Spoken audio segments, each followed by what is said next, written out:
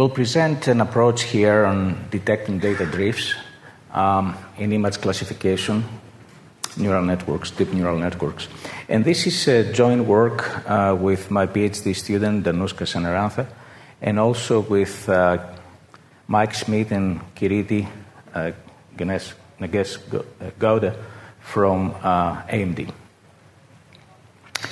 So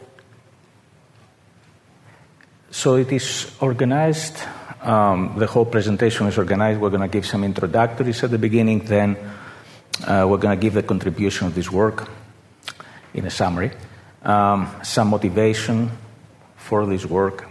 We'll overview the methodology, and we'll give indicative experimental results, and we'll conclude. So we focus on images here, and image classification that has quite a variety of applications into autonomous vehicles, in general, mobile devices, but can move into medical imaging and a lot of other applications.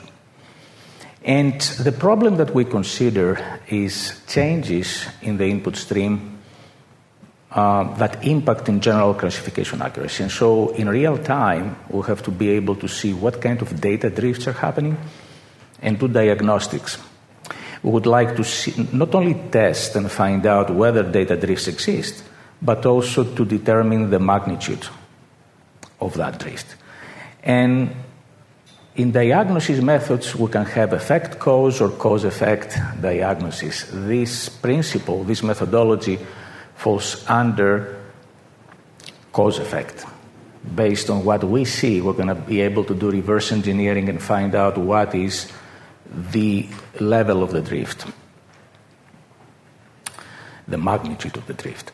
And it is an approach that is aimed to be universal in the sense there is a lot of literature out there about detecting noise levels, the so-called noise effects and noise drifts. And most of those approaches are based on mathematical foundations, so they're analytical. But when you go into other effects like weather effects or degradation issues in a real-time environment, so we are not guided by analytical models, and it becomes extremely difficult then to especially diagnose the level. Not to identify whether there is a drift, but the level, the magnitude detection.